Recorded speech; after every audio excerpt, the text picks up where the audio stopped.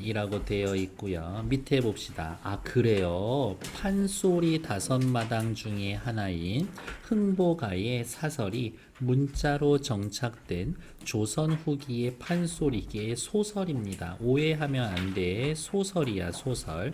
판소리계 소설. 그래서 여기 전이면 소설이야. 가면은 판소리고. 다른 판소리계 소설처럼 그러네요. 운문의 문체, 운율이 느껴져. 양반과 서민의 언어가 공존해 형제 간의 우애와 권선징악이라는 교훈적 주제를 다루면서도 중요한 얘기다. 신분제의 동요 속에서 양반의 몰락, 신흥 분홍의 등장, 비참한 서민들의 생활상 등 조선 후기 사회의 현실을 해학적이고 풍자적으로 그리고 있다. 당시 조선시대 사회의 모습이 어땠는지 파악해 봅시다. 일단 첫 번째, 운문체의 문장이라는 건 운율이 느껴집니다인데 중간중간에 3, 4조, 4, 4조의 운율이 느껴지는 문장들이 나오는 부분이 있어. 양반과 서민의 언어가 공존한다라는 것은 다른 말로 이야기를 하면 언어의 이중성이 드러나. 형제간의 우애와 권선징악도 있지만 요렇게 빨간색 체크해 놓은 것들이 이 소설의 이면적 주제에 해당이 돼. 그렇게 보시면 됩니다. 밑으로 내려가자. 판소리계 소설이고요. 국문 소설입니다. 풍자적이고 해학적이고 교훈적이고요. 조선 후기 이때의 모습이 살펴보는 게 중요하다. 경상전라의 경계지역에서 주제는 표면적으로는 형제간에 잘 지내고 착한 일 해라. 하지만 이면적으로는 놀부와 흥부가 단순히 형제가 아니라 빈부다, 빈부. 가난한 자와 부자인 자 사이의 갈등이다. 줄거리는 다 아시죠? 흥부전 줄거리 얘기하고 있으면 이게 너무 민망하지. 판소리 사설의 특징이 드러나 있다. 조선 후기의 사회상과 세태가 나타난다. 풍자와 해악이 있다. 크크크. 너무 가난한데 웃겨. 다음 페이지. 전체 줄거리 됐어. 안 읽을 거야. 밑에 흥보가 이제 대신 매를 맞아서 돈 벌러 갈 거예요. 흥보가 맞삭, 지금으로 이야기하면 차비로 돈 단량을 받아차고 얼쑤나 즐겁다라고 제 집으로 들어가며 왜 간만에 돈 벌었거든. 매 맞아서 돈 벌기는 하기지만 애기여범 아내를 부르는 거죠. 개 있는가? 문 열고 들어오시오. 대장부 한 걸음에 30냥 매품 팔아서 매 맞고 와서 30냥 들어온다. 흥보 아내가 이르는 말이 그 돈이 웬 돈이며 30냥은 도대체 웬 돈입니까? 대충 계산하면 한 600만 원 정도 될 거예요. 한 양이 한 20만 원꼴로 계산이 됐었으니까 시대에 따라 좀 다르기는 해. 흥보가 이르는 말이 천기누설이라 말부터 앞세우면 이루어질 일이 없으니 입 조심해라, 말 조심해라. 그 돈으로 양식을 팔아서 쌀과 음식을 사서 일단 배부르게 질끔 먹고 봅시다, 마누라. 흥보 아내가 이르는 말이 먹으면 좋지만 그 돈은 어디에서 났소? 라고 하면서 단순히 궁금하기도 하고 걱정되기도 해서 물어보는 거겠지. 흥부에 이르는 말이 본읍 좌수 대신에 병영에 가서 곤장을 맡기로 흔히 이야기하는 대신 매를 맡기로 매품 팔기를 통해서 30냥으로 협상하고 맞삭 차비로 돈 단량 받아왔다. 빨간색 체크. 지배층의 죄를 대신해서 매맞는 풍조가 있었음. 당시 사회의 문제점이지. 흥보 아내가 기가 막혀서 이르는 말이 기가 막히지. 그놈의 죄상 무슨 죄를 저지른 줄도 모르고 병영에 올라갔다가 저 모습 저 몰골 흥보의 허약한 모습 왜 그동안 굶기를 밥 먹듯이 해서 굶어서 저 모양 저 꼬라지 됐는데 곤장 열대 맞으면 곤장 아래에 혼백됩니다. 죽습니다. 제발 덕분에 가지 마시오라고 이야기를 합니다. 칼의 노래라고 그 이순신의 그 소설을 보면 이게 정말 그 실제로 그랬는지는 모르겠지만 너무 괴로워. 너무 아프대. 라고 이야기를 하더라고. 그리고 기본적으로 어디가 있어? 곤장을 때릴 수는 없어요. 이렇게 일반 사또들이 그냥 매야 매, 그냥 단순히 몽둥질인데 곤장은 반역죄를 저지르거나 군대에서 탈영해서 잡히면 그때 때리는 게 매지 사실은 함부로 때리는 거 아니야. 그러니까 춘향 전에 춘향이도 곤장 맞는 거 사실은 안 되는 거야. 이렇게. 암튼 그렇다. 흥보가 이르는 말이 볼기에 구실이 있나니 볼기에도 역할이 있어. 볼기의 역할 사실 가장으로서의 역할. 가장의 역할. 가장의 역할이 있지. 가장의 역할은 뭐야? 집안의 경제를 책임지는 거지. 볼기에 구실이 있단 말이요? 자, 그렇지. 볼기구실 들어보호. 판소리였다면 볼기구실 들어보시오. 쿵딱 하고서 이제 운율이 맞춰질 거야.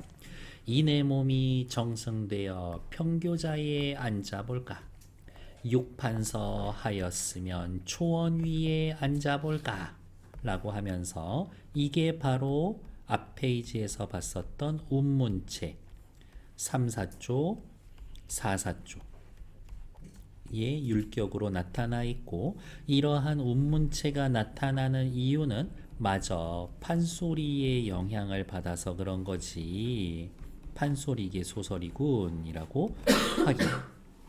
정승이 되었으면 내 엉덩이로 평교자 높은 자리에 앉아있지. 육판서를 했으면 초원의 좋은 건물에 앉아있겠지. 사복시 관리를 했으면 사복시는 궁궐에서 말 담당하는 관리예요. 사복시를 관리했으면 임금 사복시 관리했으면 임금 타는 말에 앉아볼까. 이런 식으로 깔끔하게 떨어지진 않지만 기본적으로는 사음보다. 자, 체크.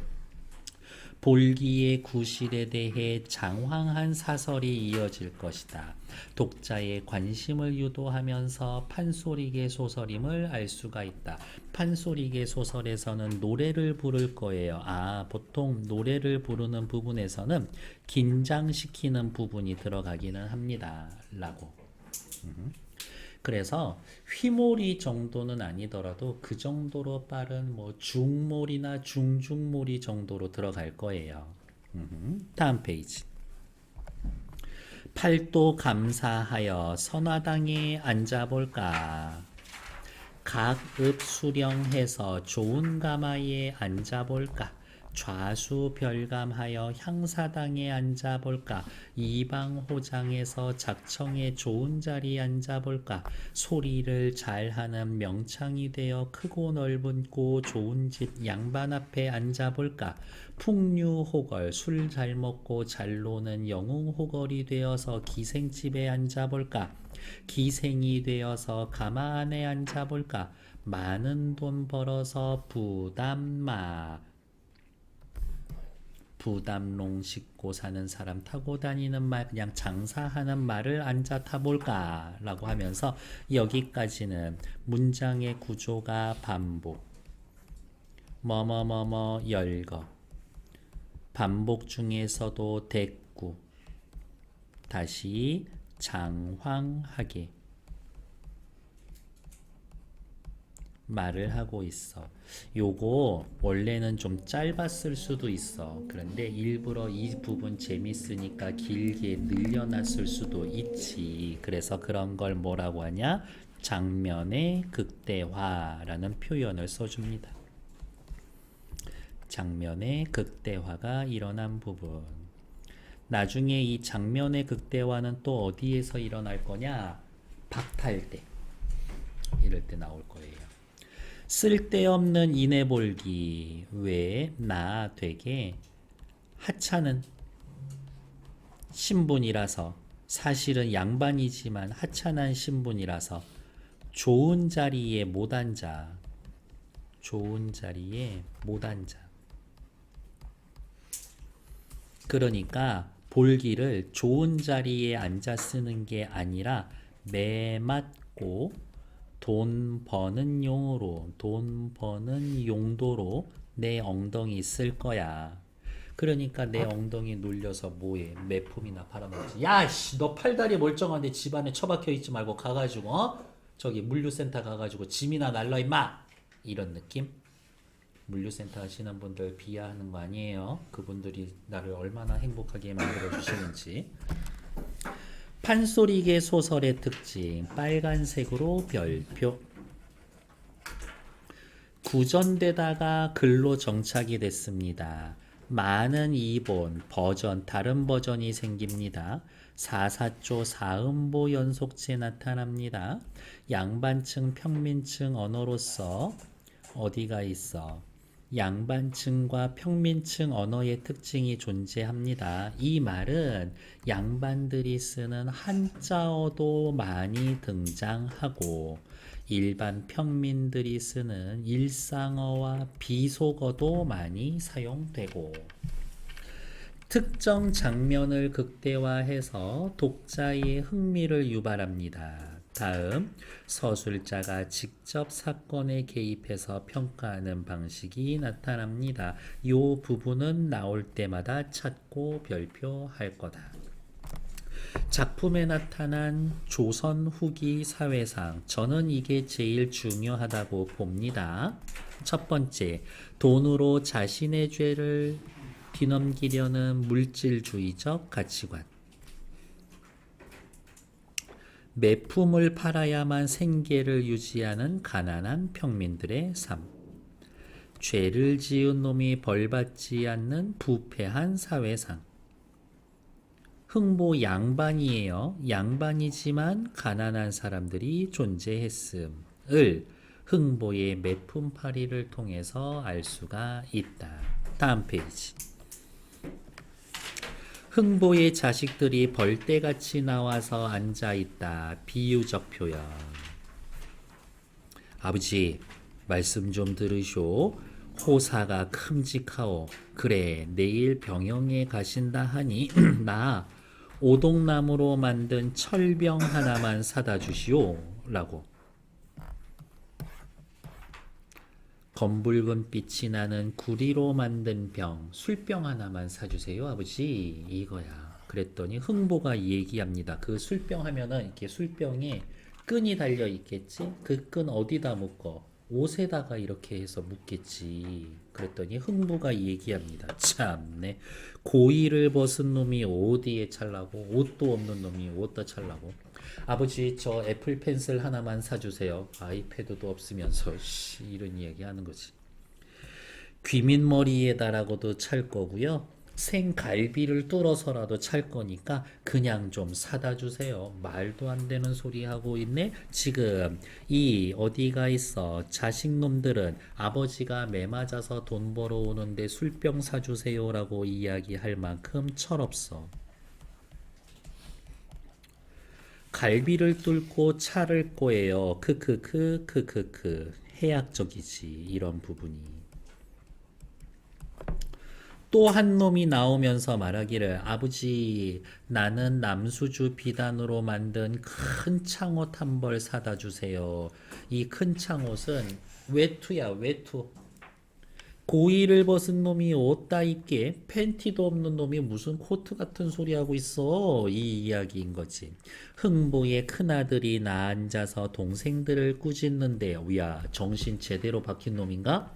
옳게 꾸짖는 게 아니라 하늘에 사무칠 듯이 꾸짖으면서 좋게 말하는 게 아니라 지나치게 흥분해서 동생들을 혼내.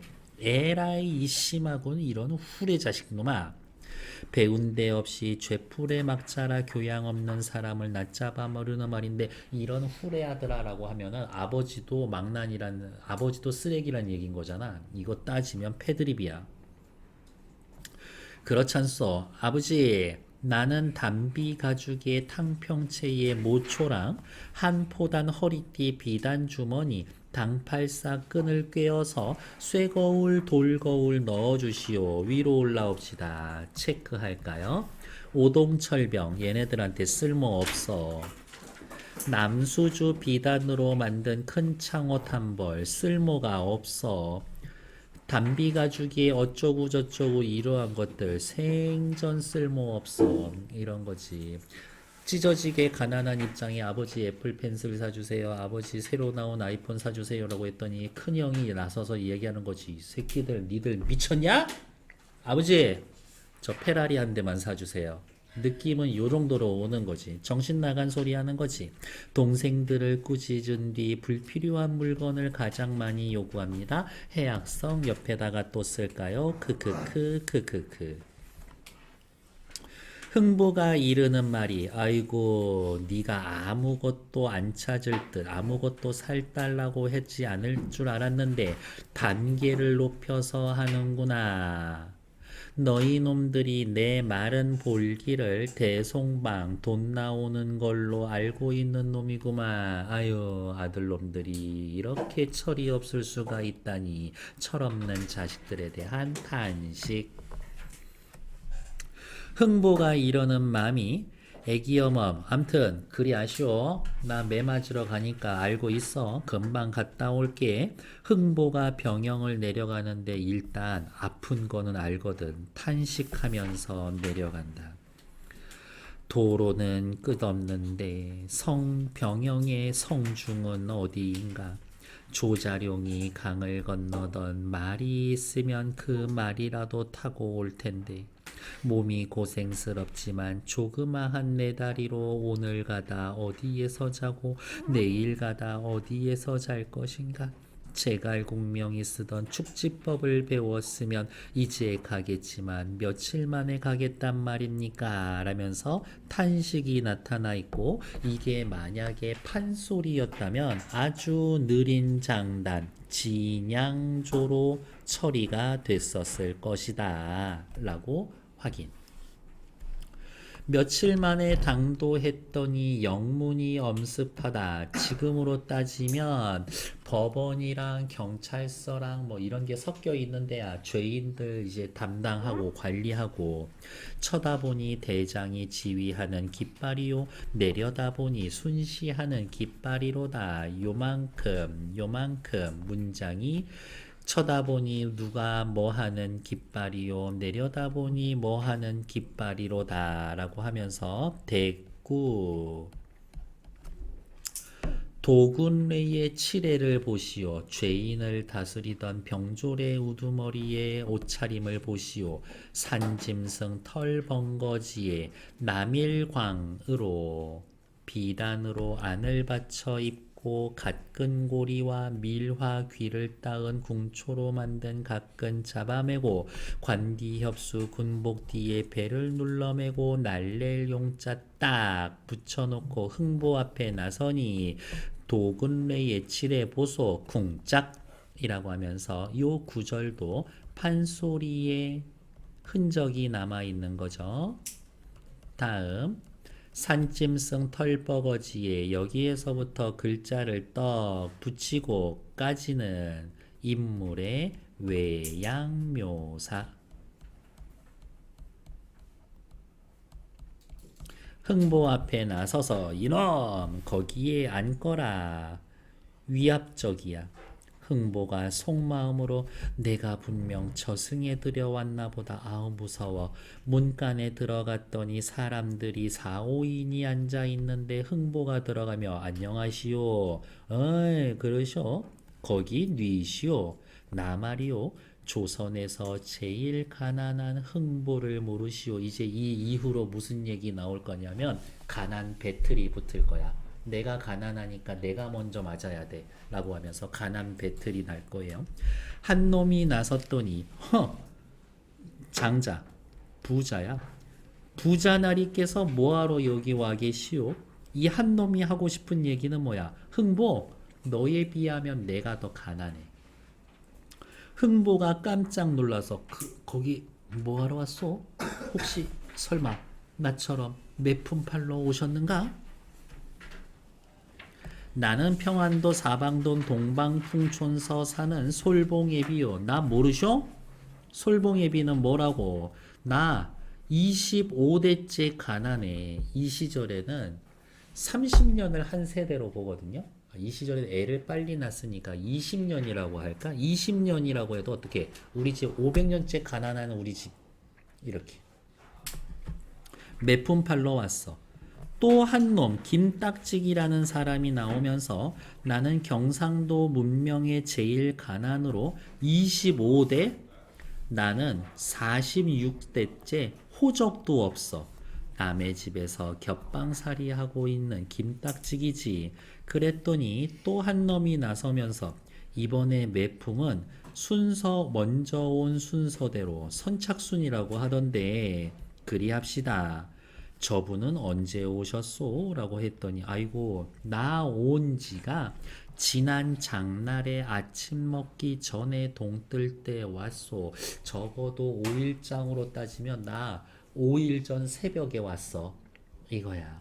즉 매품을 팔기 위해 일찍 도착했다. 말도 안 되는 가난 배틀 하고 있지만 사실은 이만큼 매를 벌어서라도 돈 벌어야 했었던 궁핍한 백성들이 숫자가 너무 많았습니다라고 이야기를 하며 이게 당시 조선 후기의 사회상을 보여주고 있는 거지. 아유, 난 여기 온 지가 열흘이 넘었는데 곤장 한 대도 맞아본 적이 없어 라고 이야기. 잠시만요. 요 페이지까지는 좀 마무리 짓도록 할게요. 흥보의 매품팔이에 대한 반응. 흥보의 아내는 남편 너 그러다 죽어 안타까워하고요. 흥보의 자식들은 아버지 좋은 거 사주세요. 아유 철없어 라는 이야기 확인하시면 될 것 같습니다. 다음 페이지.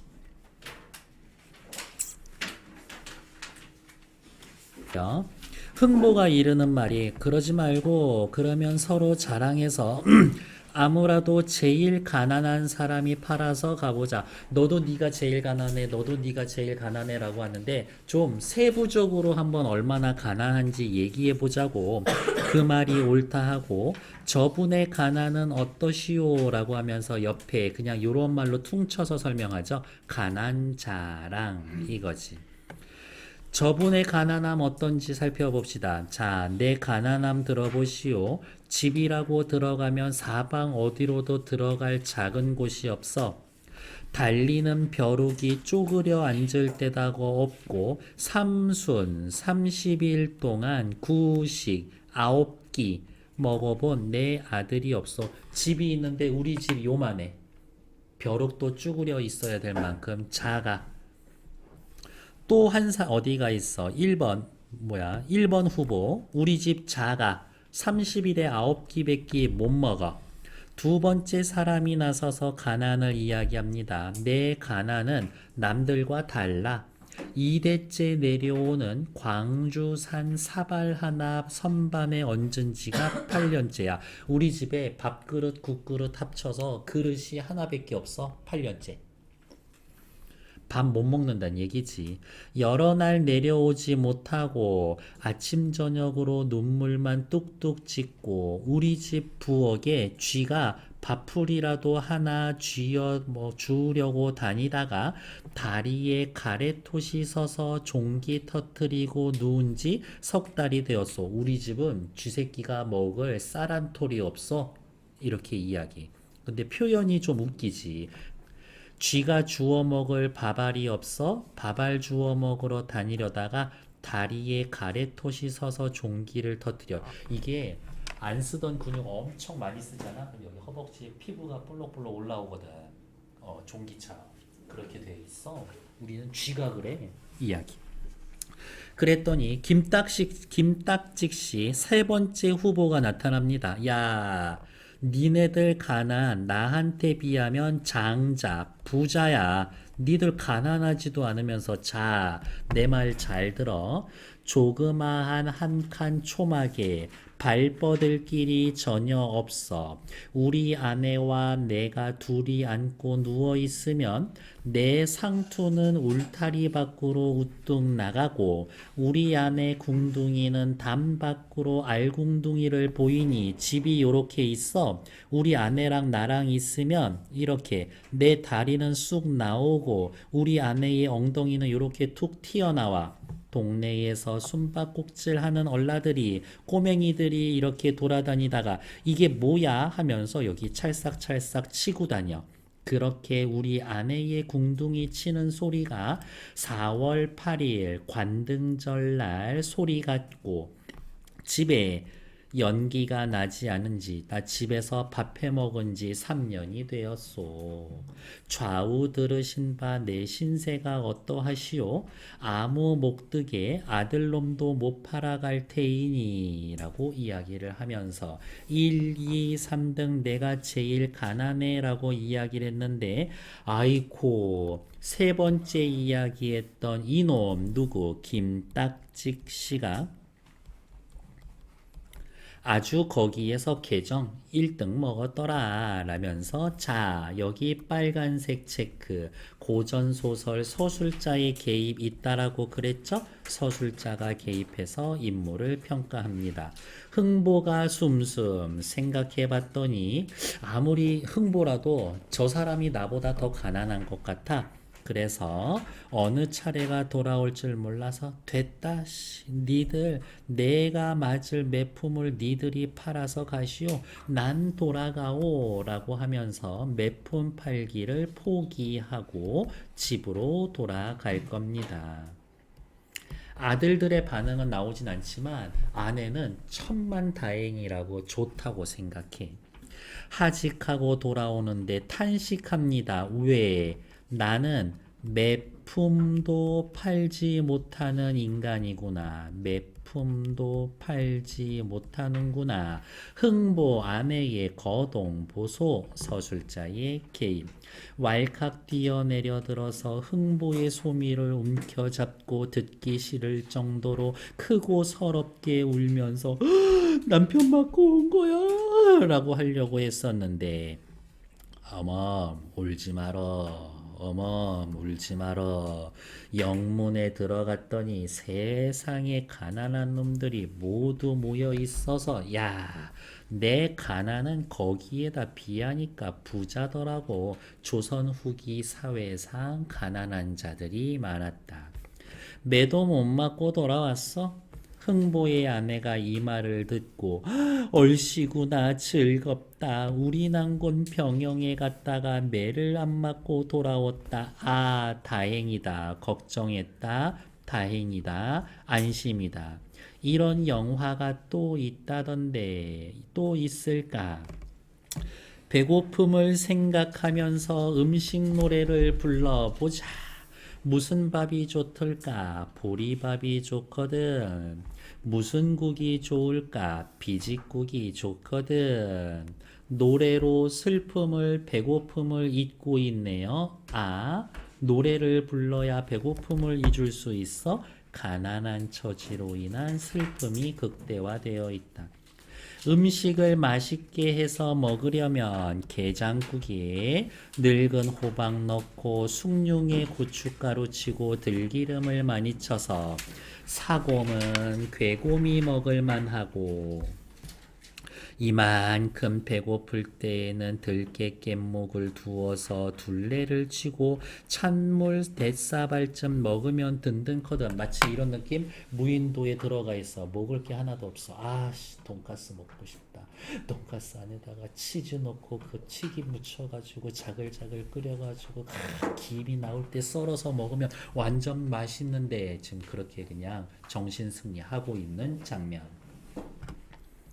이렇게 말을 하는데 흥보의 아내가 우는 말이 아까는 남편이 안 맞고 돌아와서 웃었는데 지금은 또 갑자기 울어. 왜? 신세 타령해야지.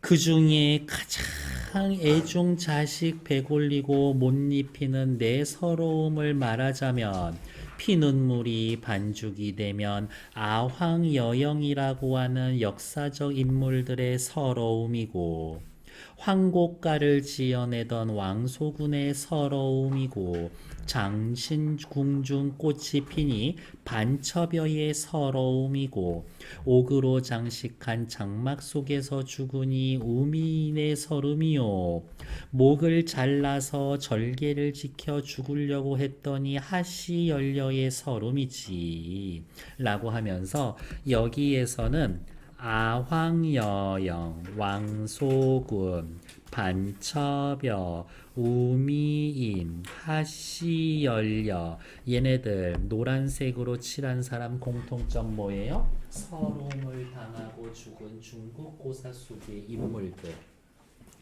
서럽게 죽은 사람들 대표로 몇 명 뽑아서 저렇게 이름 써놨는데 내가 걔네보다 더 서러울걸? 걔네보다 더 서러운 이유는 뭐야? 자식들 밥 굶기고 있으니까 이렇게. 그래서 옛날 속담에 자식이 사흘을 굶으면 양반도 남의 집 담을 넘는다 그랬어. 이렇게. 그게 제일 서러운 거지. 만경창파 넓은 물에 하는 말을 다 한다라고 해도 끝없는 이 나의 서러움을 어디에다 서론할까? 내 말을 하소연을 바다에다가 쏟아 부어도 끝이 없이 계속 쏟아 부을 수 있어. 흥보 역시 슬퍼서 샘물같이 솟아나는 눈물 가랑비같이 흩뿌리면서 목이 막혀 기절했다가 다시 일어나 들릴 듯 말 듯 겨우 기운 없는 목소리로 처량하게 슬피 울면서 우는 아내를 만류하면서 하는 말이 헛소리하고 있어. 저는 개인적으로 헛소리라고 봅니다. 하지만 글 전체의 주제죠. 마음만 옳게 먹고 의롭지 않은 일 안 하면 장래 한때 좋은 때를 볼 수 있으니 서러워 말고 우리 한번 살아봅시다. 흥보의 성격 어때? 언젠간 좋은 날이 올 거야. 괜찮아, 잘 될 거야. 너에겐 밝은 미래가 있어. 그딴 소리 하고 있죠? 긍정적이고 낙천적입니다. 근데 진짜 흥분의 식구들 복 받지 않나? 복선. 부부가 앉아서 탄식할 때 청사는 높이 솟아있고 온갖 꽃은 화려하게 찬란하게 피어 있을 때 배경묘사 너무 예쁘죠? 인물의 심리와 대조됩니다. 인물의 심리와 대조되는 배경묘사를 통해서 인물이 느끼는 슬픔을 강조해 주는 거지. 세상 사람들 다 슬픈데 나까지 슬프면 별로 안 슬퍼. 근데 나만 슬퍼? 그러면 그건 더 슬퍼. 많이 슬퍼. 접동새 두견새 꾀꼬리 떼를 찾아 슬피 우니 네 아니 슬퍼하리. 이 가족의 이야기를 들으면 누구나 다 슬퍼할 겁니다. 서술자의 개입.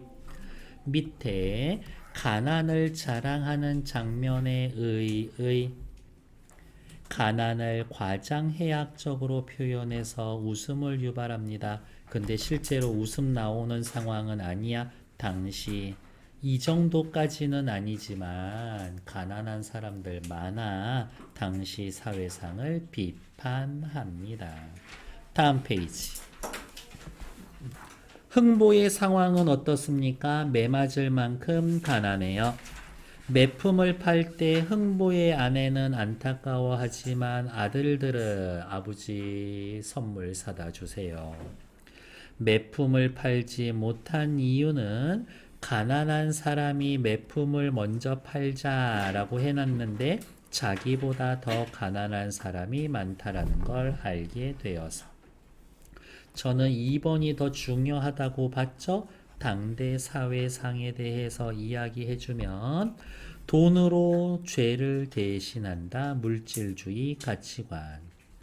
매품을 팔아야 할 만큼 당시 백성들 궁핍했다라는 것들.